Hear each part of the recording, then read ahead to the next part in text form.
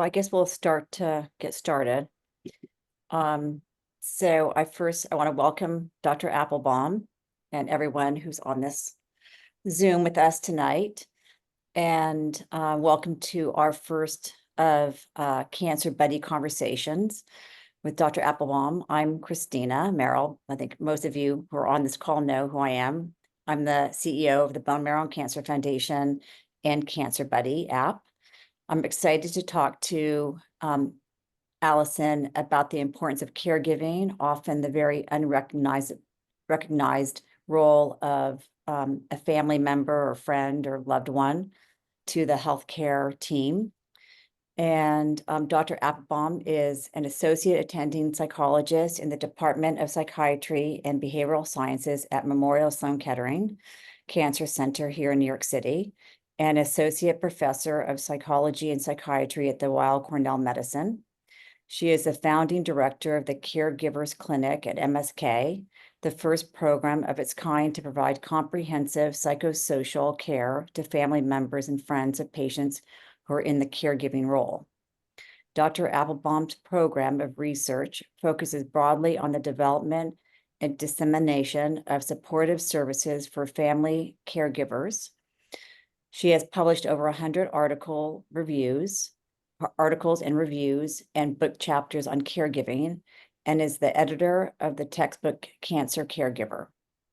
Dr. Applebaum has received competitive funding for her research, including awards from the National Cancer Institute, the National Institute of Nursing Research, and the American Cancer Society.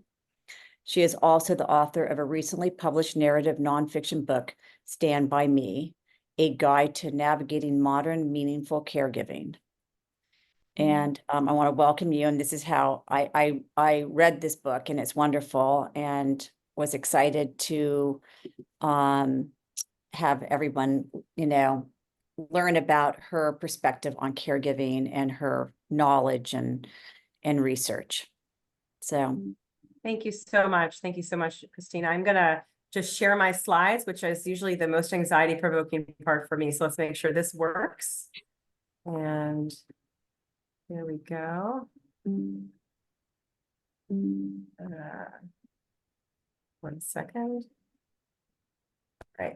And if everybody also wants to mute themselves, so there's no background noise. Are you able to see that, Christina? Yes. Fantastic. All right. Thank you so much for the introduction, and thank you for joining this evening. I'm not going to be giving an academic talk this evening. I want to speak to you more about my most important lessons learned as a result, of course, of my career in caregiving science over the past 15 years, and as my experience as a family caregiver.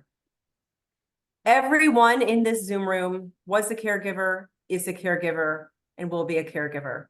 This is a role that we step in and out of repeatedly throughout our lives, a role that dramatically shapes who we are and the trajectory for our life moving forward. Now, there are certain caregiving roles that are joyous, that of a parent and child type of caregiving role one wants to step into. This picture was taken on November 4th of 1981, the day that I was born, the day that my dad became my parental caregiver. But there are other caregiving roles that have a much different emotional tone. The care we provide for our parents and partners and children and siblings and friends who live with chronic and life-limiting illnesses and depend on us for care. This picture was taken 32 years later, on November 4th, my birthday, as I was my dad's primary caregiver from 2010 until his death in 2019. Now, what these two pictures have in common and what these two roles have in common is love. And that is what is at the heart of what it means to be a caregiver. As a caregiver, we give of ourselves physically, emotionally, spiritually, existentially, and financially. And we do so without financial compensation, and too frequently without training, education, and support. And what we give of ourselves is love, is care. Now, before I speak any further about caregiving, I want to spend just a few minutes telling you about my dad, Stan Applebaum. My dad was born in 1922, and he had initial career aspirations to become a physician, but he fell out of a tree when he was 7 years old and he broke his pinky finger. The doctor who took care of him suggested that he should tap the player piano my grandparents had at home to rehabilitate that finger. And little did that doctor know that his prescription would lead to a musical career that would span nearly a century. My dad was drafted into World War II, and it was music that saved his life. He was on the front lines, but he was able to convince the commanding officer that he could better use his pianist fingers as a teletypist and convey important communications to Washington. And he was eventually transitioned into the special services and then back home to safety. He used the GI Bill to study music and composition, and by the time he was 30 years old, he was one of the most sought after arrangers and conductors in New York. And by the time he was 40, he was writing hit arrangements for many of the big artists of the 50s and 60s, including Benny King, Anil Sedaka, Connie Francis, and Brian Hyland. While not everyone in this Zoom room was born at the time that this song was written, my guess is that everyone in this Zoom room has heard this string line before.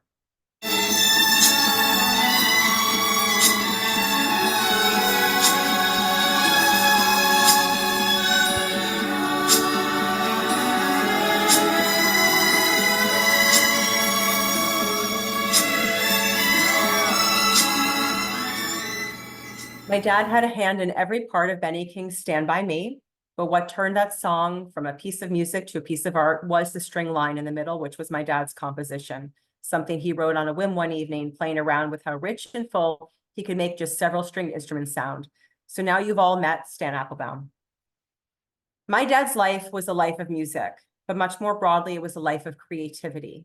And what that meant was that he never wanted to stop learning and growing. Even when confined to a hospital bed, he still wanted to write music, and in his early 90s, he chose to learn Tagalog, the language of his home health aides. He didn't want to stop growing. And it was my job, as his family caregiver, to convey that to all who were taking care of him. All right, I'll turn back to caregiving. In 2010, I began my postdoctoral fellowship at Memorial Sloan Kettering Cancer Center. And at the time, I was primarily working with patients with advanced life-limiting cancers at the end of their lives. And what was so striking to me about the narratives of these patients was that as opposed to focusing on their own mortality, they were focused on their parents and partners and children and siblings and friends. Individuals left in the waiting rooms and left at home. Individuals who they identified as the linchpin of their care and who would be most deeply impacted by their eventual deaths. Back then, long before the pandemic, it was very clear to me that cancer care specifically, but healthcare more broadly, was increasingly relying on family caregivers to shoulder tremendous responsibilities without providing correlate support or training. And despite the fact that the scientific literature had already very well documented the distress of cancer caregivers, there were no targeted support services for caregivers in any cancer center in this country. And so in 2011, I founded the Caregivers Clinic at MSK, whose mission is to assure that no caregiver experiencing significant distress as a result of their critical role goes unidentified and deprived of necessary psychosocial services. The clinic was the first of its kind. I'm happy to say that my colleagues and I are now working to replicate this model of care. And it is my hope that within the next 10 years, every cancer center has support not just for patients with cancer, but for their family caregivers. The same year that I founded the clinic, I stepped into the caregiving role for my father.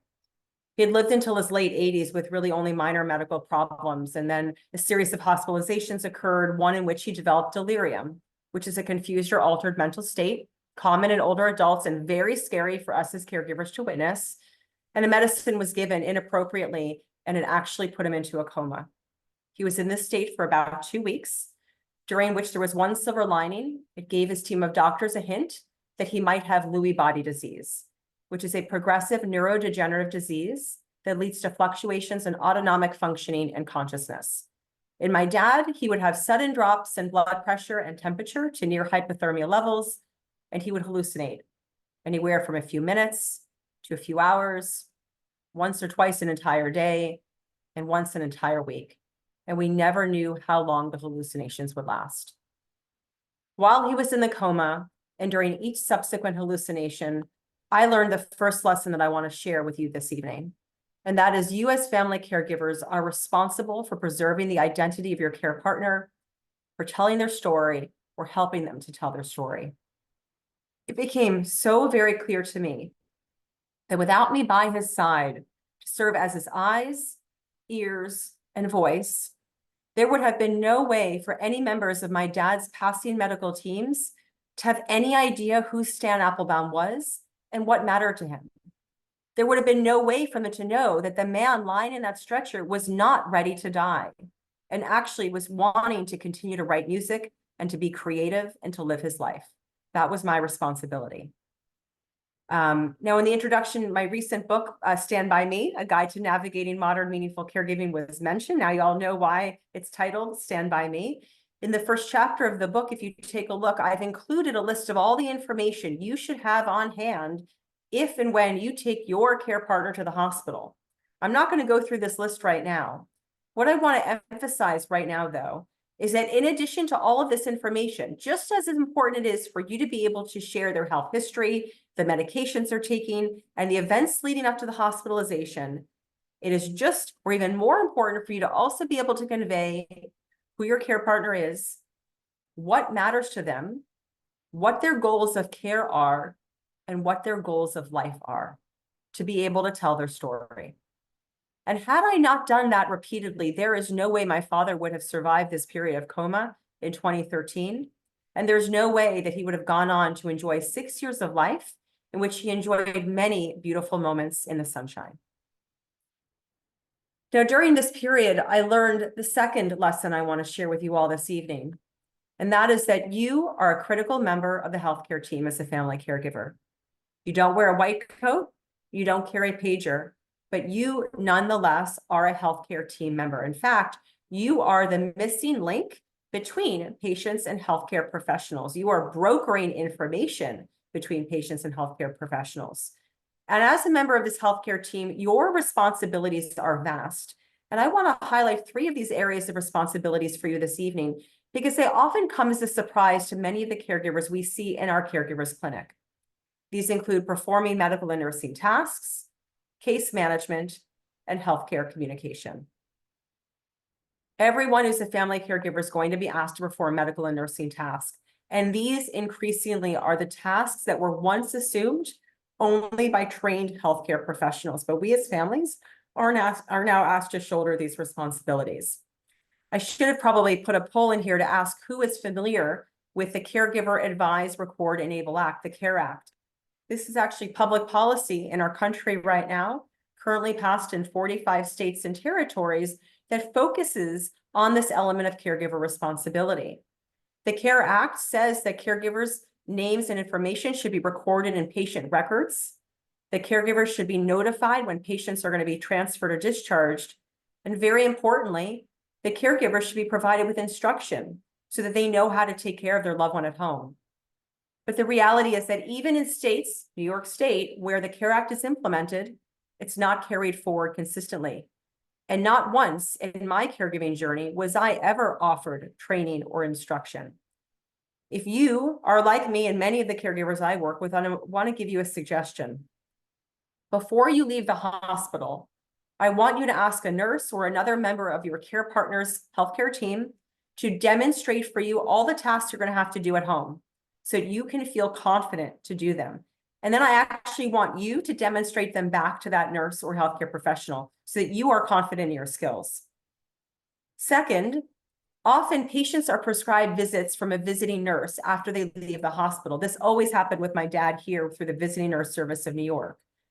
Every time a visiting nurse comes to your home, if that's the case, I want you to not only look at them as an opportunity to have your care partner's healthcare evaluated and their symptoms evaluated, but also for you to brush up on your skills, for you to once again request training and education so that you know how to take care of your loved one at home.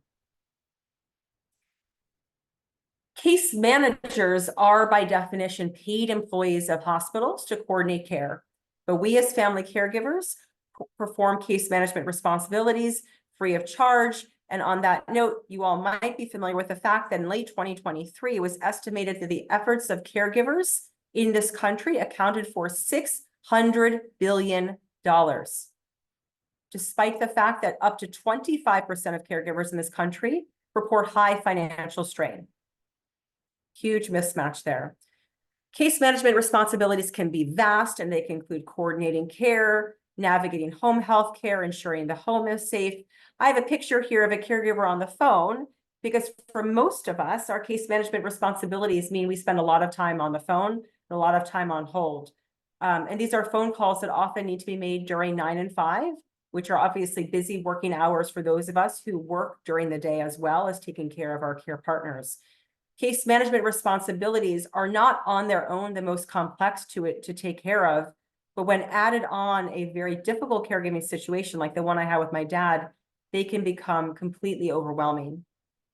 For me, the most overwhelming aspect of case management was getting my dad onto Medicaid and implementing home care.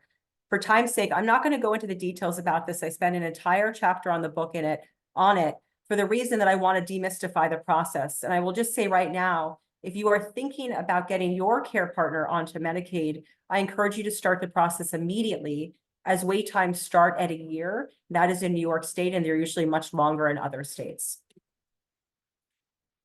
A third area of responsibility for us as team members is healthcare communication. And I don't think this is often referred to as a responsibility, but I think healthcare communication is actually the bedrock of what we do as family caregivers. And throughout my book, I give a lot of tips and tools of how to navigate healthcare communication. And I want to share 2 of them with you this evening. Many caregivers come to me and they say that they would like to ask the physician a certain question, but they are afraid to do so because they don't want to upset their loved one. Perhaps their loved one might not want to know the answer. If you are in a situation like this, I encourage you to have what we call a consent conversation. The consent conversation happens far in advance of a doctor's appointment, and it involves you asking your care partner for their permission to talk about a certain topic, so that the 2 of you can get on the same page before that doctor's visit. With my dad, the consent conversation might have sounded something like this. Dad, I would really like to ask your doctors what treatments are available if this treatment stops working. Would that be okay? And my dad could say, no, it's not okay. In which case I would say, all right, well, I'm going to ask you again in a month from now before we go to your next appointment. One area where the consent conversation is particularly helpful is if you are concerned about the health-related behaviors your care partner is or is not engaging in. And by health-related behaviors, I mean smoking and drinking, not exercising, not taking their medications. And these are often behaviors patients don't want to admit to their doctors. If you are concerned about your care partner in this arena, you can use a consent conversation. It could sound something like this. Babe, I'm concerned about how difficult you're finding it to remain adherent to your medications. I think it's important that your doctor knows you aren't taking them daily. Can we mention this to him next week? Now, of all the conversations you all will have as caregivers, the most perhaps important come when you step into the role of healthcare proxy. As a healthcare proxy, your responsibility is to bring your care partner's voice into the room if they are unable to do so, as I did each time my dad was hallucinating, and certainly when he was in the coma. But in order to bring our care partner's voices into the room, we need to know what those voices would say. And in order to know what those voices would say, we actually need to ask our care partners. And having conversations about care in the future, this umbrella of advanced care planning, can be very overwhelming because it invites an elephant into the room. And that elephant, of course, is death. And no one wants to be talking about death. Since these can be so overwhelming, I encourage you to do what we call setting the agenda. Setting the agenda allows you to put on the table immediately what it is you want to talk about and why. You can practice setting the agenda in advance of the conversation with a good friend or a therapist. And it's something that you can hopefully feel comfortable doing in advance of opening the conversation for the first time. With my dad, setting the agenda might have sounded something like this. I know this is hard to talk about, but I would really like to discuss what treatment you would like to receive if we can no longer control your symptoms of Lewy body disease. It's important for me to know what you want so that I can be sure to carry out your wishes if you can't tell the doctors what you want at that time. Can we talk about this? What I really want to emphasize right now is that this is not a conversation you're going to have once or even twice. This is a conversation you are going to have repeatedly. because goals of care change.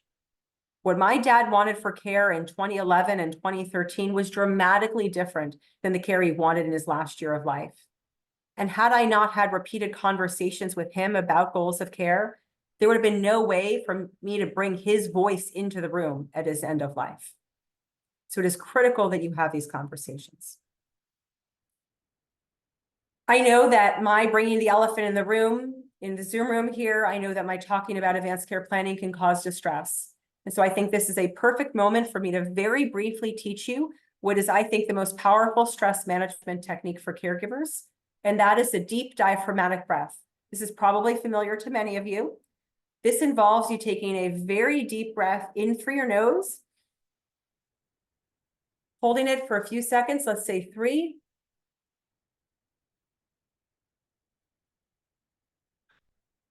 and exhaling slowly through your mouth. We inhale through the nose because it brings more oxygen to our brain, and doing so will lower the stress hormone cortisol. And just one moment of deep diaphragmatic breathing can lower your stress. I strongly encourage each one of you to practice diaphragmatic breathing before any difficult conversation, whether it has to do with caregiving or anything else in your life. And in fact, I encourage all of you to continue practicing that type of breathing. I can't see you, but to practice while I continue to speak. So in terms of distress, we know the distress in caregivers is quite high. It's why, of course, I, as a clinical psychologist, have devoted my career to addressing distress. The National Alliance for Caregiving has conducted a series of studies every 5 years of caregivers in this country. These data are now outdated. It's 2020 data. It's actually pre-pandemic data. But at that point, 1/5 of caregivers in this country said their health was fair or poor, and 36% reported high emotional stress.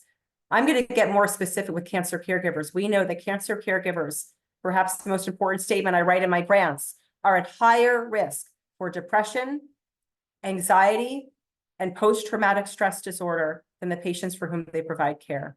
We are seeing exponential rates of mental health challenges in family caregivers. And this distress is normal. I don't want to dismiss this distress. And as a clinical psychologist, I was not immune to any of this distress. This picture was taken in January of 2019, a few weeks before my dad died. And lying there with him in his hospital bed, I remember feeling so many of the things that my patients feel. I felt down, I felt powerless, I felt lost, I felt isolated, I was worried, distressed, of course, all of these things. What I want to emphasize to you this evening, though, is A, these emotions are all normal, but B, that emotions are messengers, and they can teach us how to live our lives more fully. And while none of us choose cancer, and none of us choose to step into the caregiving role, once in it, if we are to experience distress, well, let's learn from the distress, and let's use these emotions to learn to live our lives more vulnerably and more fully. And I want to illustrate this for you with 2 emotions I hear very commonly in my clinical practice. The first is anger. If you're a caregiver right now, or a patient, or human facing a challenge, but I'll go with caregiver, you have every right to be angry. You have every right to be angry that your life has been put on hold due to caregiving. Perhaps your dreams have been deferred. You can't plan for the next year or the next month or the next week or the next day, or in many cases, the next hour. That was certainly the case for me with my dad. That is maddening. And that anger, it must come out. And I don't mean go yell at your care partner, but I am saying get it out somehow. Yell into a pillow, close the car door and yell, talk to a therapist, tell your best friend how angry you are. But anger is rarely unidimensional. I was working with a woman a few years ago, and she was so angry at her husband. Because of his cancer, he could no longer have the energy to take care of the home. They could no longer travel. They could no longer have sex. They could no longer do the things that they once did as a couple. And she was so angry at him. But in session with me, when she was sharing her anger, she started to cry. What we realized for this woman, as it is for so many of us, beneath her anger was a very, very deep well of sadness. It is a lot easier for us to express anger than sadness, because sadness takes a lot of vulnerability that anger does not. Each time she looked at her husband and got angry, She was grieving for the man she had lost. And so I encourage all of you, the next time you feel anger, whether it's about caregiving or cancer or work or home life or anything that's happening right now, I want you to ask yourselves, what am I grieving? And it doesn't have to be a life or death grief. We experience grief every day, losses in different ways. And I want you to see if you can express some of that sadness. And if you can, you're likely going to notice your anger is going to dissipate. The second emotion I want to share is guilt, because it wouldn't be a talk on caregiving without guilt. And there isn't a clinic day without a caregiver talking to me about their guilt. And I know caregivers feel guilty when they say to me, Dr. Applebaum, the woulda, shoulda, couldas. I shouldn't be here. I'm not the patient with cancer. I shouldn't be here. I should be at her bedside. I should be doing A, B, and C, the shoulds, right? And when I hear that, I hear my patients say to me that they feel like they are letting their care partners down, or they're letting someone else down, and therefore they need to go do a certain thing. But guilt actually is an incredibly powerful red flag. It tells us that we are not letting our care partner down or someone else down. But in fact, if we were to listen to it, that voice, we would actually let ourselves down. Guilt is a sign we're going in the wrong direction, and we actually need to pivot, and we need to attend to our own self-care. Guilt, to me, is the most powerful red flag that we've neglected our self-care. And so I encourage each one of you, I'm sure you're all going to feel guilty this week about something. I think we're very good at feeling guilty here. The next time you feel guilt, you feel like you should call this person or do this thing or be at a certain place, ask yourself, if I were to continue to do that thing, in what way would I neglect my own needs? And instead, what can I do to commit to improving my own self-care and attending to those needs? We can use the guilt we naturally feel to improve the ways in which we take care of ourselves. That all said, so emotions, we can learn from them. And of course, it's important to know when to seek professional support. And obviously here as a mental health professional, I'm biased. I think that it's important for everyone to have access to support, though not everyone wants it or needs it. But if you are a caregiver and you are finding that the emotions you are experiencing is preventing you from sleeping, it's preventing you from working, very importantly, is preventing you from taking care of your loved one, then it absolutely is time to seek professional support. And in the 10th chapter of my book, I go into length about how to find support. I'll just say right now, one of the greatest resources, my go-to resource is psychologytoday.com, where you can put in your zip code and your health insurance and find many, many providers in your area.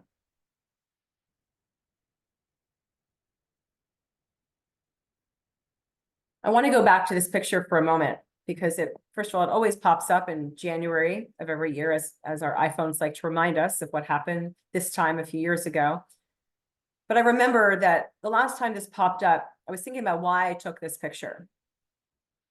I didn't take the picture because I was feeling depressed and sad and fearful and isolated, though of course I was feeling all of those things. I took this picture because I was feeling incredibly proud of myself.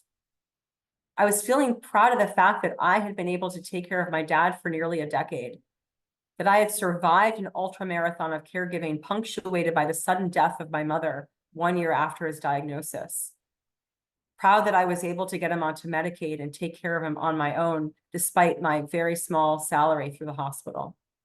So proud that I had navigated the complexities of our healthcare system, and realized that despite his limited energy in this moment, that our relationship had only gotten stronger over time.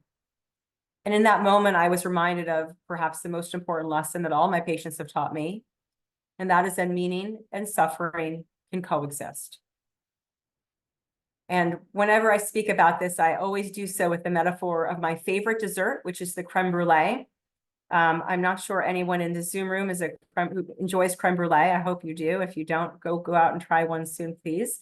But for those of you who are not creme brulee aficionados, when it's done properly, and it very rarely is, when it's done properly, it's crispy on the outside and it's creamy on the inside, and it's cold on the inside and it's hot on the outside. And when you take that first bite, there is so much going on. This is how I think about the emotional experience of caregiving. At any one time, we can feel anger and fear and sadness and dread and love and hope and strength and connection. The suffering and the meaning can coexist. And I want to be very clear that I am not talking about the power of positive thinking. And I am not talking about turning lemons to lemonade. That is not who I am as a person, as a human, as a therapist. I would never negate the suffering of any patient or caregiver or human. What I am suggesting is that despite suffering, and yes, caregiving is an experience of suffering. We experience so many challenges and limitations and losses. Despite that suffering, we can connect to meaning and purpose. And I want to just highlight for you before my time runs out this evening, a few typical routes through which we can remain connected to meaning in our lives. And the first is through choosing our attitude. We don't choose to become caregivers. We don't choose to become patients, but we can choose how we face the limitations presented to us. My dad was my greatest teacher to me in this regard. Whenever he was awake enough in the hospital and feeling well, he made sure that we brought out a chessboard, that we used every moment fully as possible in the hospital, despite being stuck there for days and weeks. Attitude for my dad meant when he got home from the hospital and he couldn't move his legs, he was going to exercise his arms. Attitude means figuring out where you have a sense of control. And for many of us, attitude means setting goals. For him, he had a goal to walk independently on the boardwalk on the New Jersey shore after his coma. And he would practice in the hallway every day with the aide, walking back and forth until he got the strength. And he finally did actually walk down that boardwalk without the help of the aide, with the help of a walker, but he was able to achieve his goal. That's attitude. Attitude for me meant I knew back then when I was taking care of my dad, there was no way that I could leave New York City for more than a day at a time. But I could go to Central Park and give myself an hour break. That's attitude. Choosing your attitude is a means to connecting a meaning. And as I reflect on my attitude and my dad's attitude, I'm incredibly proud, as I shared. And my hope is for all of you, as you reflect on your attitude, you will be proud as well of yourself. The second route to meaning is remaining connected with your authentic sense of self, with what makes you you. So many caregivers say to me, Dr. Applebaum, I feel like I've become completely disconnected from who I am because I can no longer work full time, I can no longer travel, I can no longer do the things I once did. And while all that might be true, who we are deep down authentically as loving and caring people, as lovers of nature, as creatives, that doesn't change. And any way in which you can remain connected or reconnect to your authentic sense of self is going to allow you to experience meaning.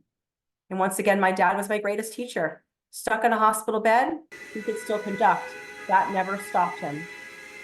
And for me, reconnecting to my authentic sense of self meant realizing that the bars of my dad's hospital bed made an incredible ballet bar.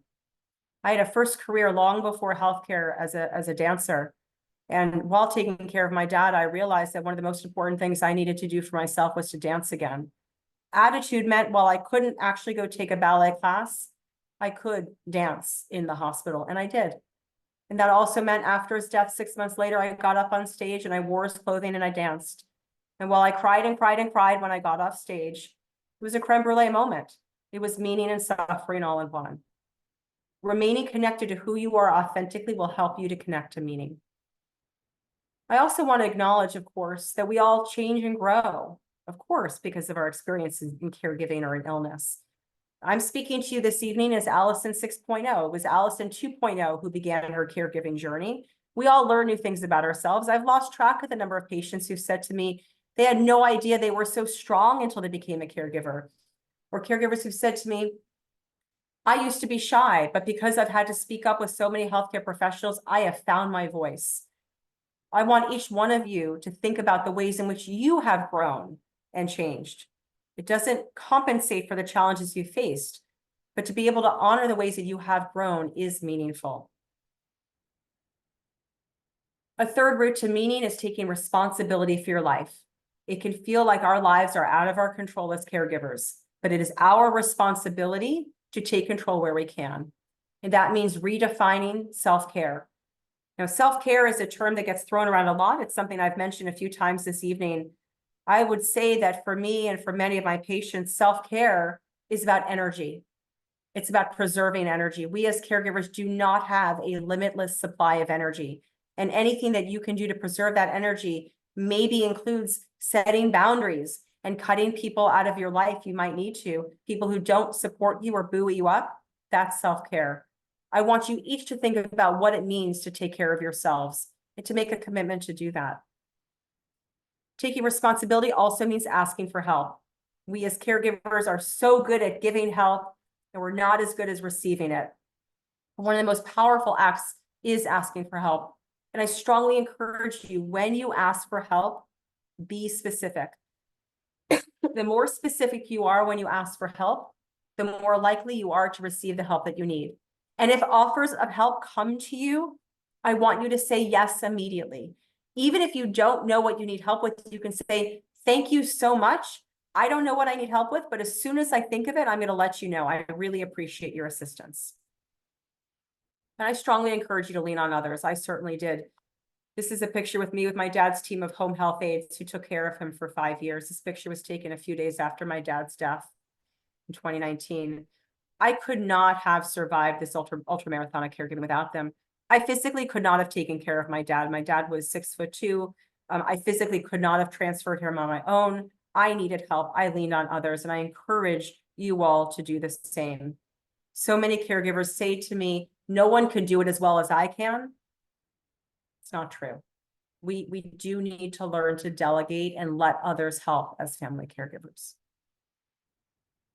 And a final route to connecting a meaning is very simple. It's through our 5 senses, through what we see and touch and taste and smell and hear, through feelings of love, through visions of beauty, and even through humor. We can feel connected to one another and connected to something greater than ourselves. Now, my dad and I had an incredibly warm relationship. That's an understatement. He was my best friend and soulmate in many ways. And so meaning for us was holding hands and listening to music. But you can experience meaning through your 5 senses, even if you don't have a warm relationship with your care partner. It can be as simple as leaving the hospital and feeling the sunshine on your skin and feeling connected to nature, or taking a sip of your favorite tea and thinking about what it was like to sip that tea the first time you did in your grandmother's apartment, or putting your earbuds in and listening to your favorite music and getting transported to that concert hall when you went to that first concert years ago. We can, through the 5 senses, experience what we call transcendence, being lifted up above our current circumstances. And while that's not going to take away our suffering, it can help us along the way.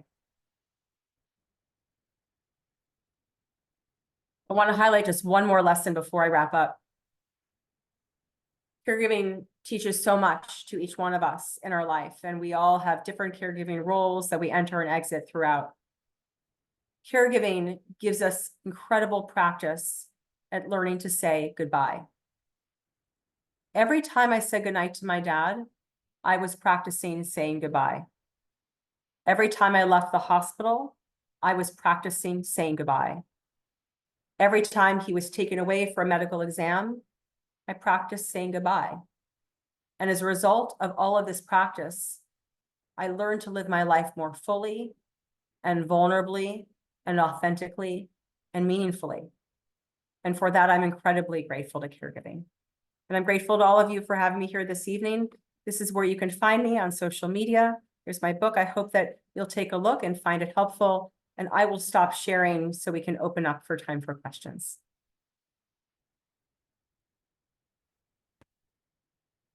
Thank you, Dr. Applebaum. That was wonderful. And one of the most important pieces of information that I think that you really convey is that it's so important for self-care, to care for yourself and feel like you still have a bit of yourself while you're caring for somebody else. Because I find that in my work with cancer patients, that the caregiver who drops everything in their lives, they start to get a lot of anger, and of course they're sad and heartbroken that they're in this position, but it can really tear apart relationships.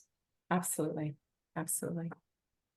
And I guess how do you, like, if you are a mom or a spouse or, a daughter or a son, like how you can try to balance that and even try to maintain a job and so forth. I think that that's like one of the hardest things that I find with our caregivers that I work with.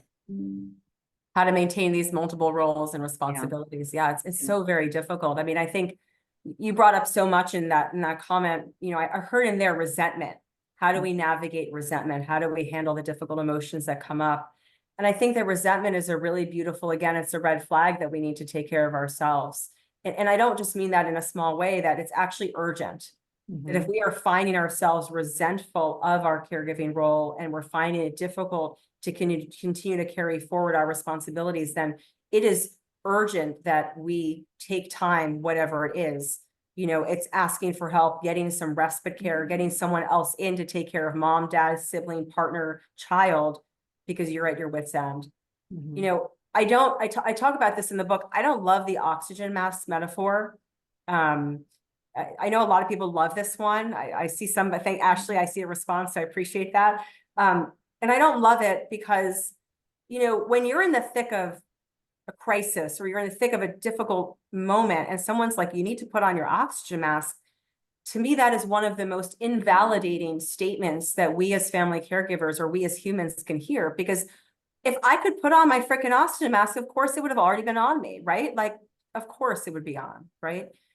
And so I want to say that because I think there's a rhetoric around self-care and caregivers, and we have to take care of ourselves. And so I want to be very clear when I'm talking about this. When I was riding an ambulance with my dad or stuck in the hospital, self-care went out the window. Yes, I wanted it. I would leave to get the sunshine on my skin and drink the tea. But I am saying when you have the opportunity, when it's not a crisis, and when you do have other people that you can ask for help and rely on, that's when you must do that. That's when you need to replenish your own energy bucket, right? It's about energy. And that looks different for every one of us. Some of us, our energy bucket means we need to not talk to anybody for a week. For others, it's you need to go out and be social. For some of us, it's the exercise. Whatever it is for you, you need to figure that out. But I say that because I want to be very clear that it can be very invalidating to tell someone to go take care of themselves when they're in the thick of it.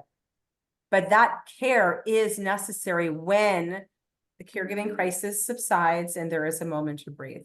And none of us can continue to be a full-time family caregiver, full-time employee, full-time mother, child, wife, friend, everything else. Something has to give, right? And so there has to be a give and take in each of these areas of life. And I'll just say on that note, this is where it is so important that we are vocal in our place of employment about caregiving. We don't have, I'll be the first to say, we don't have in this country robust paid family medical leave plan. Where we are in this country with our public policy landscape supporting caregivers is atrocious, but we do have some protections. And it's very important if you are a caregiver right now or you're stepping into this role in the near term, that you speak with your employer, their HR department, to understand what protections are out there. Because if there's a possibility for you to take off a day or a half a day or an hour, do it. It's very, very important that you speak up in that arena. Sorry, I think I just went in a circle, Christina. Yeah, but no, it's so important to that piece of it. And at the foundation, we have a program where we give financial assistance, not just to the patient, but to the caregiver. So they feel like they are, getting some support themselves, in That's terms amazing. of That's self-care. and that type of support is huge, right? Because I mentioned, of course, the financial toxicity. There's so much literature out there right now about the financial toxicity of cancer care, right? Which is so very real. But there's also the financial toxicity of caregiving, right? How much the caregivers are using their own funds to take care of care partners, right? $600 billion is the effort put out. It's a crazy amount of money. And then in terms of, family members, I mean, I'm sure there's other people that would like to ask a question, but like family members that don't want to comply with, going to the doctor or caring for themselves because they still feel like they have their senses and their wits, but they're kind of, they get, kind of aggressive with their family members, or, don't want to do exactly, what they should be doing. Yeah, it's a really, really complicated situation when you're concerned about a family member, you're noticing they're not engaging in certain health-related behaviors, they're not keeping up with their health care. There's different routes here, one of which, of course, is framing it as, I really care about you and I'm concerned about the behavior I'm witnessing, right, as one. Another is if you're really concerned about a family member is actually, and if you are the family caregiver, speaking to their healthcare professional directly about what you are or are not seeing with them. I mean, ultimately, I often say to my medical oncology colleagues that we as family caregivers are your best friends, because we're on the front lines and we see symptoms emerging in real time. We see health-related behaviors that are or are not happening. And so if you're a family member concerned about somebody who's rejecting help and not engaging in their healthcare, then this is, of course, an area I encourage you to speak up with the healthcare team about. Yeah. Does anybody have any questions? Hi, Christina. It's Bob. Hi. Thank you, Dr. Applebaum, on behalf of our board of directors for joining us. I have a unique situation. I'd like your take on it. I'm a long distance caregiver. My mother, who lives in the Virgin Islands, I live in Florida, and she's 100. She'll be 100 years old in August. She's very stubborn. Hired some local people to take care of her. There's a live-in family that lives there with her. But I get angry with her a lot because she is so stubborn. My brother and I have begged her when my dad passed away to move to Florida so she could be closer to her two boys and also her grandchildren. And yet her pushback and her refusal to accept help locally in St. Thomas just gets on my nerves, and I end up, raising my voice with her, which I don't want to do. I mean, my God, she's going to be 100 and she has dementia now, and she keeps repeating herself, but it's very frustrating. I mean, what advice could you give me in dealing with my anger towards her when she is continually like this? I mean, she is the most stubborn person I've ever known. Okay. Let me just ask you a follow-up question before I respond. Are you her healthcare proxy?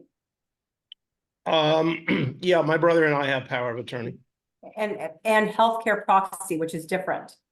So power of attorney is we manage the financial aspect and the estate of somebody, and we can make financial decisions. Healthcare proxy Yes. is medical decisions. Or who's the healthcare proxy? Yeah, no, we can make medical decisions. Okay. So first of all, it's maddening, right? Because you and your brother know what is best for her, what is best for her well-being, what is best for her future, what is best for the family, and she's resistant to it. Without you telling me more of the story, and I'm happy to speak more with you offline if you like, first of all, it's likely in part, the idea for her to move would be to take away a part of what makes her her. Yeah, well, that's never going to happen. No, she will not move. Right. I know that. I actually was I was sharing, I'm imagining part of why she wouldn't, because it's so important for her to be there. So there's a few things. Number one is, as I shared earlier, that anger, which is real, beneath it, I'm guessing there is sadness, because you realize that there could be something catastrophic that could happen and you wouldn't be there. Right. And so I would encourage you to give yourself permission in whatever form is appropriate for you to let some of that sadness out with a friend, a therapist, a family member, whoever, because deep down, likely you're fearing her death. You're fearing something bad happening to her that could potentially be prevented should she be here with you all. Now, it sounds like she has incredible care, though ultimately as a healthcare proxy, and it sounds like your mother with dementia, she has dementia, is that correct? Yes. But at some point, she may not be able to make decisions on her own behalf, right? And so there may come a point, Robert, where you do say, we need you to move, it's time to move now. And at that point, legally, she will not be able to argue that. the role. Right. But for your anger, I would say, number one, let it out. So there's at the surface levels, you need to get it out. It's maddening. Sounds like your mother's incredibly stubborn, has been for a long time. That needs to come out. I would encourage you to, give voice to it. And I don't mean yell at her, but, speak it out, talk it out, yell into a pillow, write it out. We all have our unique ways that we need to get it out. I would also encourage you before every phone call with mom, 1 to 5 minutes of breathing. 1 to 5 minutes of breathing. Get yourself into the most centered, grounded, relaxed state you can be in so that you start the phone call off from the best possible version of yourself. And then also maybe just keep in mind when you feel yourself getting activated, as we all do in those situations, remind yourself, this is coming from love and sadness. I'm just sad. I'm just sad. I want my mom to be safe. And I think keeping that in mind can be helpful in those moments. But then ultimately reminding yourself that there will come a time where she's not going to be able to be making decisions on her own. And that will be up to you and your brother. Well, she's pretty much at that point where she's not making good decisions for herself. And but this is great advice, and I appreciate it. I would just say if she's at that point, and does she have a neurologist down there or a primary care doctor she sees? She does, and actually, the people do come to visit her, and she's getting the best care possible. I'm not even sure she gets. I was just going to say that as the healthcare proxy, if your mom is at the place where she's no longer making those decisions on her own behalf, now is the time for you and your brother to initiate a conversation with her doctor.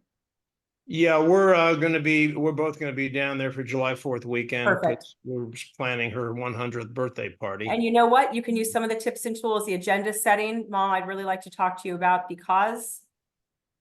Right. Maybe. It's interesting. Her short-term memory is not good. Her long-term memory, however, is pretty good. So I can reach her on certain levels. So yeah, I'll take that advice. Thank you. Yeah. Thanks very much. Yeah. Anybody else? Victoria? Yes, hi. Thank you, Dr. Applebaum, for being here. And I do have a question. In one of your slides, the slide of anger, what if it's not us who's angry most of the time, and it's our care partner who's angry most of the time and uses us as a punching bag? That's so hard. It's so hard. And this is such a common situation, Victoria. And if you're in it, I'm sorry to hear that you are. It's so difficult because we are as caregivers, the logical target because we're always there.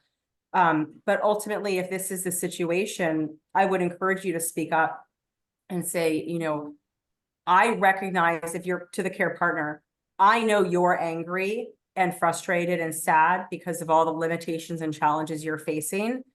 But I cannot continue to take care of you if you continue to get angry at me. And I think you need to bring that elephant into the room. I think it's very important for that to be labeled. Is this someone you think you could have that conversation with? Yeah, I've had that conversation. Has it helped? Not really.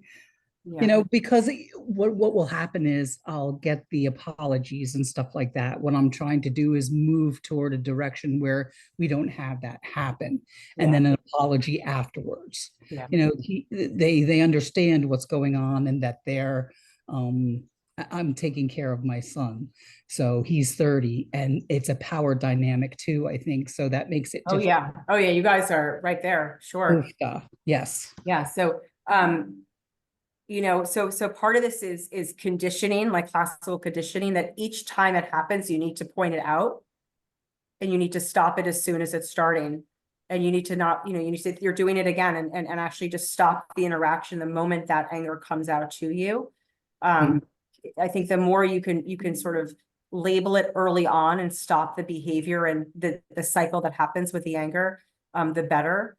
And then, in the book, I talk about the XYZ technique. I feel X when you do Y because Z. It's a very effective technique to air a grievance and to help your son understand, I feel so sad when you yell at me because all I've been doing is trying to take care of you.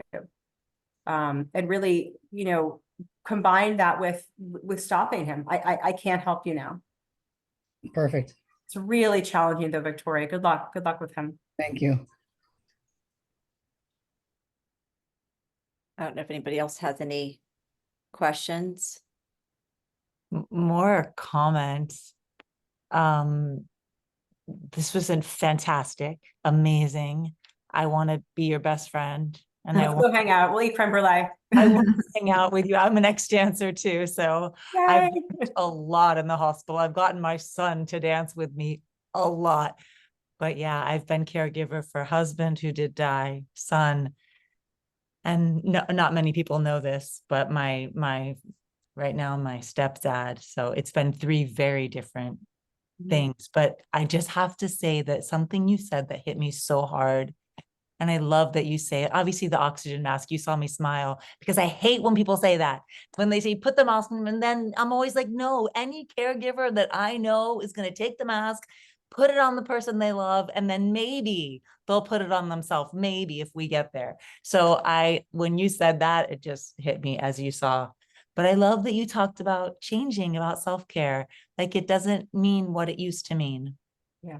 That Yeah. sometimes it's true. Like for me, self-care was literally talking to a nurse. Yeah. Like that became my and that's not what my self-care was before. Yeah. And I really love that. And I'm going to tell people that Oh, and thank use you. that as well. I think that was, I mean, you hit on so many points that were incredible. I'm buying your book right now. Like it's the first thing you, I Ashley. do Thank when I you. get off of this. But you just hit everything. But I love about also, you also got into the spiritual side about growing and changing. And I always want to say that to caregivers, that sometimes it's so freaking hard, but then you have to reverse it and look at everything you've gained. And sometimes you have to remind yourself. And you're amazing and beautiful. And yeah, I love you. You're like a kindred spirit. Thank you so much. Please, please be in touch. Yeah, I'll just say with self-care, I think it's so important. Yes, we all need vacations and days at the spa and massages and all those Not good gonna things, happen. but that's probably not going to happen. But if self-care is 5 minutes of deep breathing or 5 extra minutes in the shower or giving yourself the opportunity to repot a plant because you like to garden, well, that's your self-care and do it. Or if it's actually not answering the phone call for that annoying person who keeps calling, right? That's self-care. Anything that preserves your energy, self-care. Yeah. And it is a catch-22. There are no solutions for the money. I'm just going to say that there just aren't. It's just the way it is. Nope. So, yeah. Thank you, Ashley. Anybody else? I just quickly check Chat GPT on which kind of people are which people are guilty, which people feel guilty, which type of people. And number 6 out of 8 on the list was caregivers.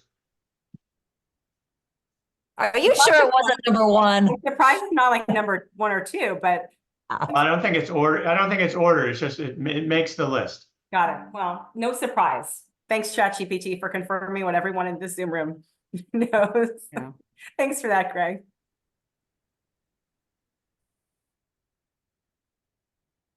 I want to Well- say thank you for the breathing, reminding us to do the breathing, because it is a simple technique and it helps so much before, during, after, all day long, anytime you can think of it. Nobody needs to know you're doing it, but you're taking care of yourself by doing that.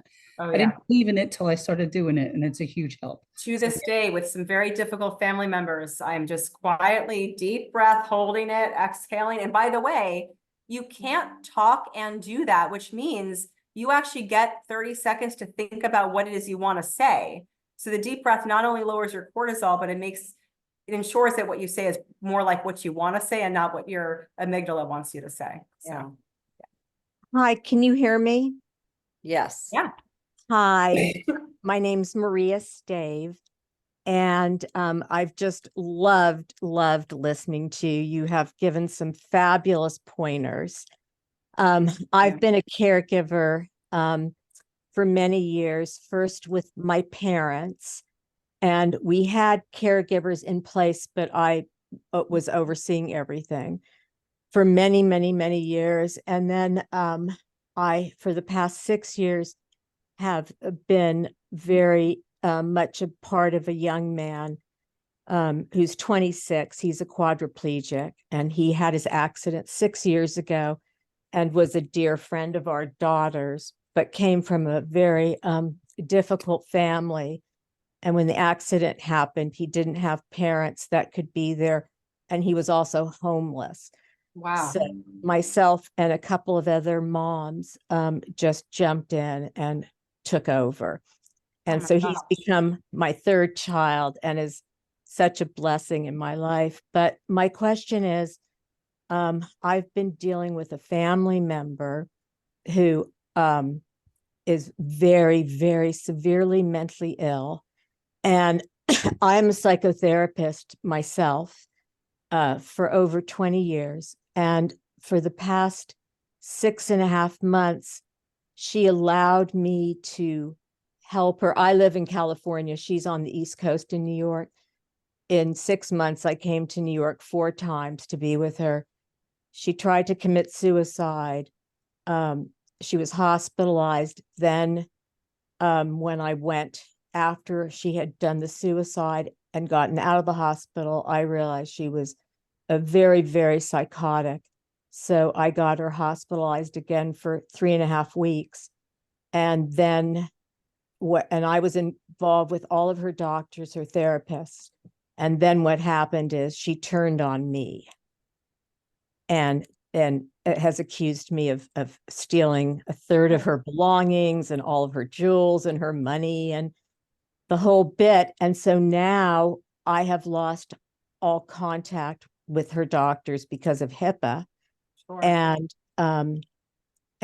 I'm having such a struggle, even as a psychotherapist and someone who has been a caregiver for so much of my life.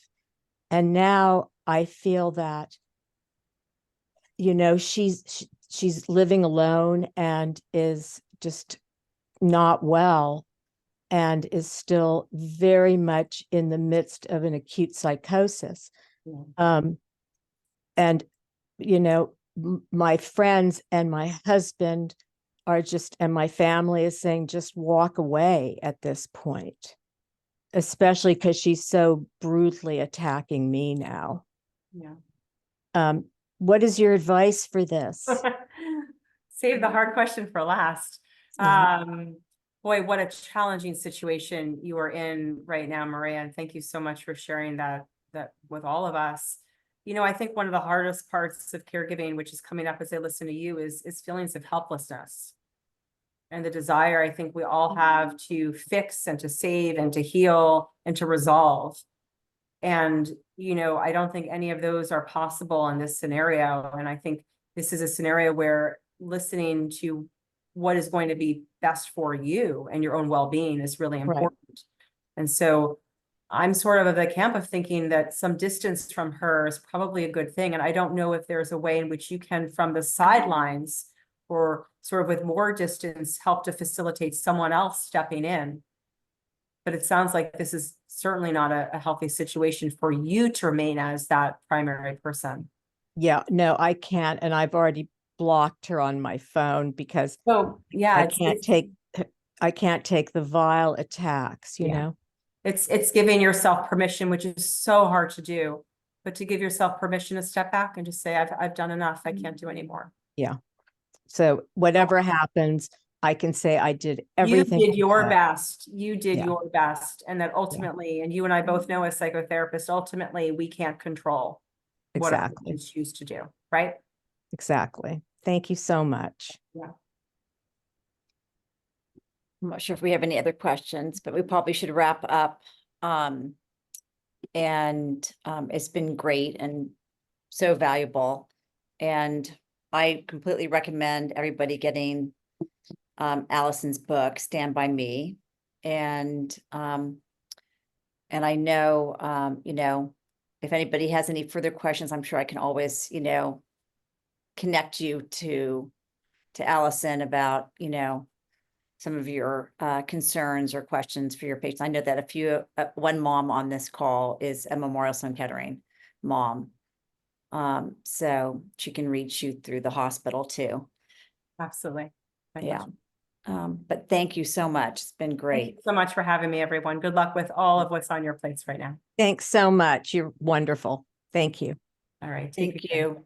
Thank you. Good night, everyone. Have a good night. Good night. Thank you. Bye.